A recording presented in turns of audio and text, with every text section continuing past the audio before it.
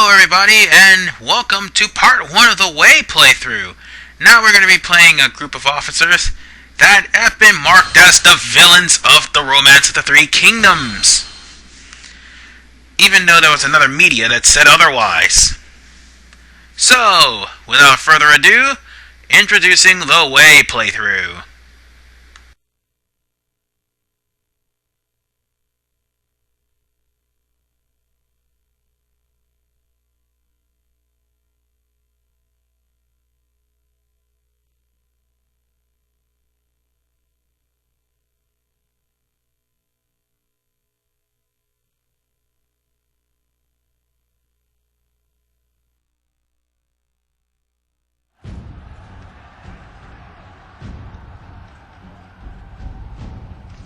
This looks bad. Our men are surrounded by Yellow Turbans. It is the height of foolishness to set up camp on a narrow path when you have such numbers. Yeah, but look on the bright side. Now we get to rescue them.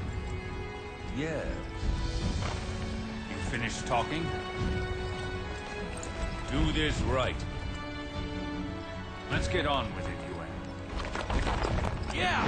Whoa! Whoa! Words are not needed for him. Impressive.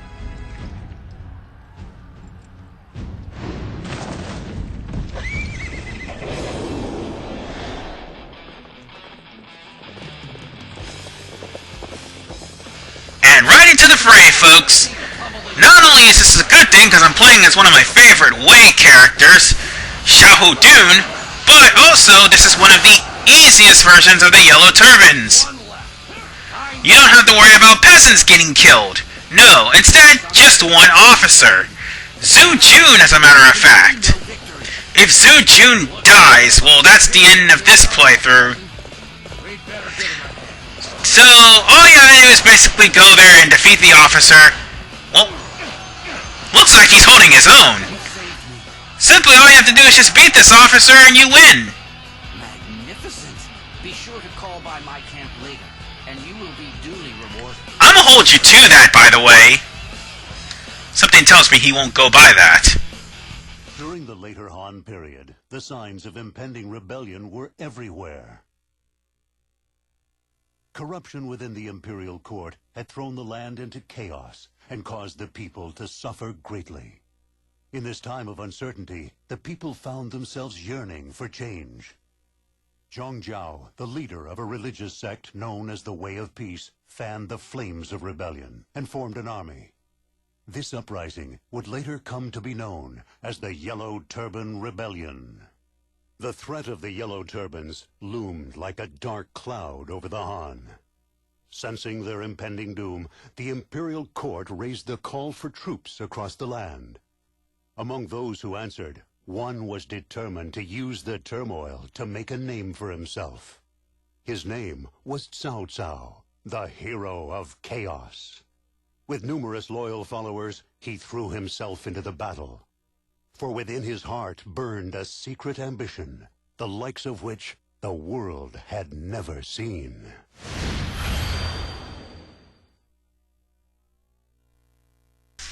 And now we get to talk to some of the soldiers. I mean, we use this time to also prepare as well, and buy some weapons too.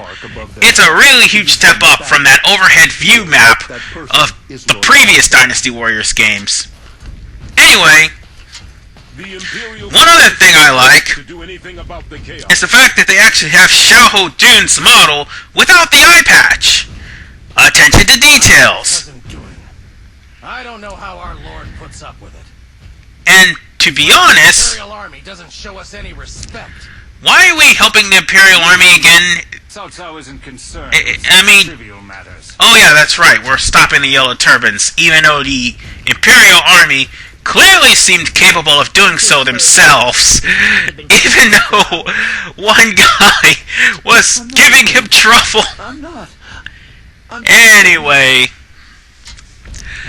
all laughter aside, speaking with people will probably get you some answers for the Quizmaster in Conquest mode, so make sure you write down whatever important tips you have. Turbans, how mighty we truly are. Zhang Jiao must die. And you'll also find some interesting things that these guys have to say. You're a cousin of Lord Cao Cao, yes? Well, once again, trivial part. There's just some things you gotta remember about these things. And of course, the trivia will unlock the ultimate weapon for Lu Xun. Just thought I'd let you know. Yeah, what are the black arts? Oh god, we found an idiot in the ranks. There's a lot of them. That's probably that same idiot that got smacked in the face by Lu Bu. Anyway. It's all just sleight of hand. If you say so. You got lucky in that last battle. Don't get ideas. Hey, wait a minute. Aren't you supposed to give me compensation for saving your ass? And the compensation you give me is the smartest. I bet you won't save you anymore, bitch. On our quest to conquer the land. Anyway, now it's time for us to deal with the rest of the Yellow Turbans. Come, let us go.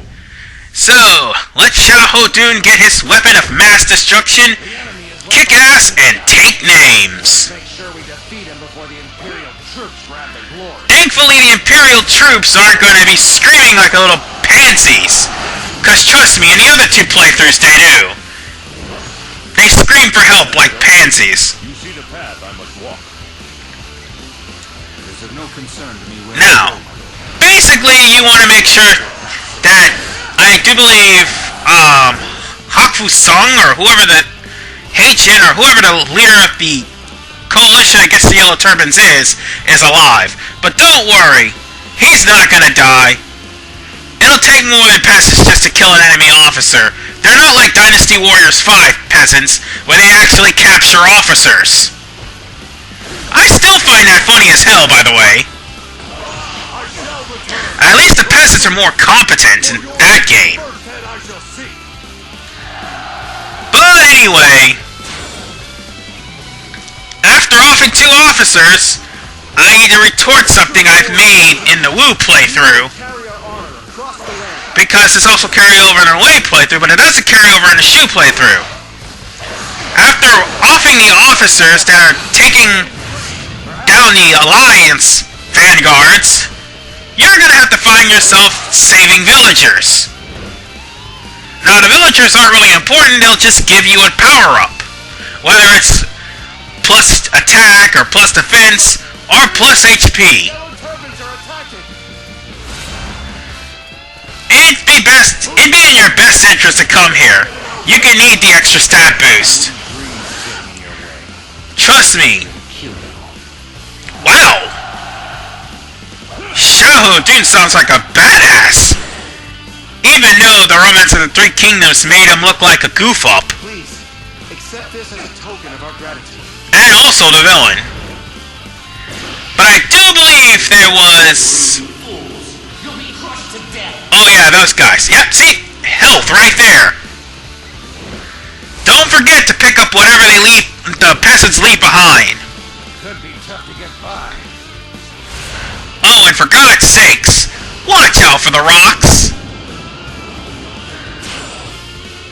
Just like before in the previous Dynasty Warriors, the Yellow Turbans will have traps everywhere, and you're gonna have to kill the officer in charge of activating these traps in order for you to stop these traps from happening.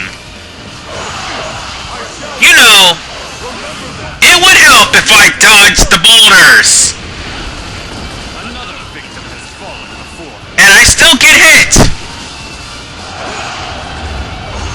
That is so messed up beyond words.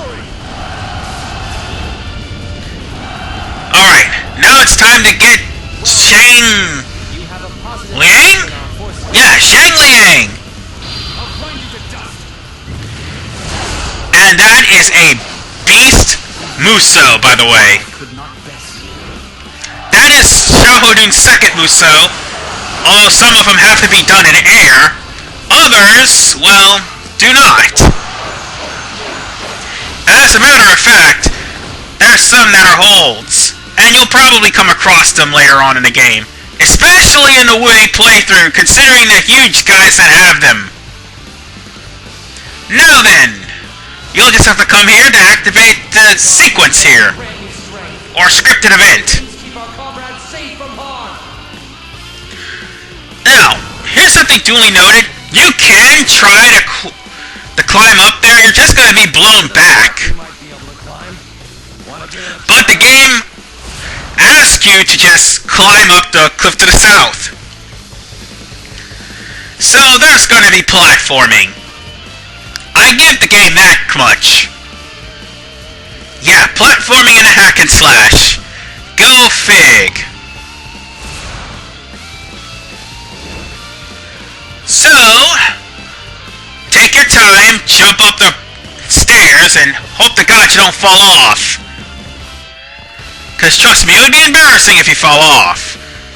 Like how embarrassing it was that I told you to dodge the rocks and I get ran over by one. So, as usual, there is a path that you're going to have to take to ambush your opponents. Of course, there are certain areas where you can just ambush your opponents. Like, for instance, you can jump from high ledges, or in this case, come from areas that you're supposed to go, as opposed to trying to go through that wind area. Oh yeah. Almost forgot, you could switch weapons too in this game. I'm pretty sure I brought that up in some of the other playthroughs, but just in case I didn't, there's a secondary weapon in this game. Uh-oh, I gotcha. Come back here. Come back here, let me kill you. Thank you. Now then, let's get the rest of the garbage. I mean, innocent people. Because quite frankly, the Yellow Turbans are only rebelling because of the eunuchs. That's the only reason why they're doing this. Long story short, the eunuchs suck. We also must rouse ourselves for this battle. Now, all that's left is the remaining enforcers and Zhang Jiao. It's kind of messed up how the Romance of the Three Kingdoms portray the Yellow Turbans, instead of people rebelling for a cause, they portray them as wizards, bandits, and like evil people that just outright kill villagers for no reason. I don't know why.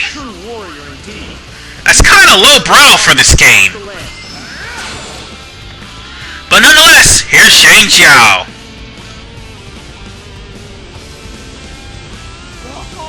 Has already burned out. Fools who would defy heaven's will, feel its fiery fury.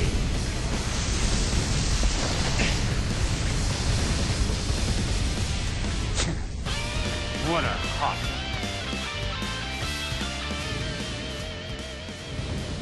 You know, I love how Xiahou Dun said, "Come at me, bro," or something to that effect. Anyway, destroy the pots to put an end to the fire pillars. It's pretty much the same thing in the other two playthroughs. The only difference is Zhang Jiao's health. Like, Zhang Jiao's health is, like, tremendous in Chaos mode. But I dare say, no matter what mode you're playing this on, Zhang Jiao is powerful. Beware of his fire attacks. Oh, and if you want trial, here's your trial, bitch! And game over. What is it that you wish to achieve by defeating me? An end to the conflict. Nothing more.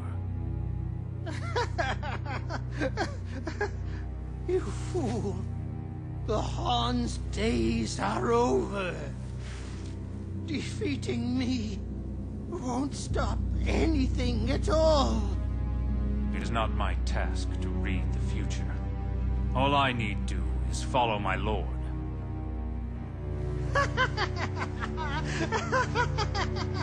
You blind, pathetic fool. You may find your loyalty is rewarded with heartless betrayal.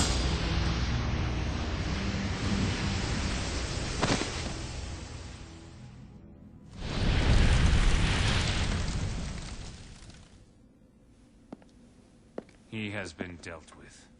The conflict is over. I will continue to rely on you.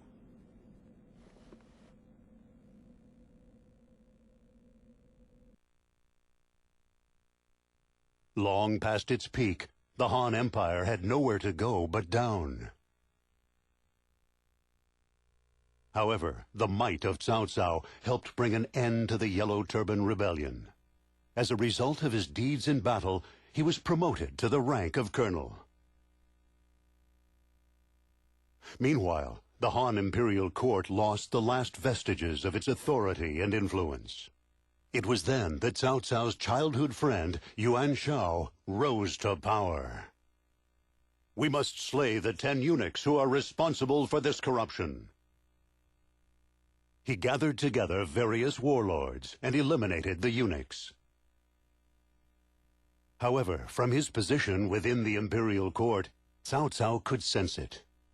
The 10 eunuchs were not the only ones harboring the smoldering sparks of rebellion. For there was another threat, a violent wind capable of toppling the once mighty Han Empire. And that threat had a name, Dong Zhuo, a brutal warlord, feared far and wide.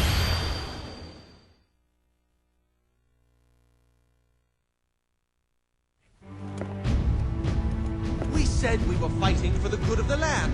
Men flocked to our cause, and we claimed victory. But among those men were evildoers like Dong Zhuo. Now he has ultimate power, and it seems our efforts were all for naught. I don't know if the Han will ever be able to bring peace to this land. A fine speech. Very rousing. Yes, well, we must stop Dong Zhuo. You owe me, remember? You're going to help. Got that? What is it? My lord, Dong Zhuo wants to see you.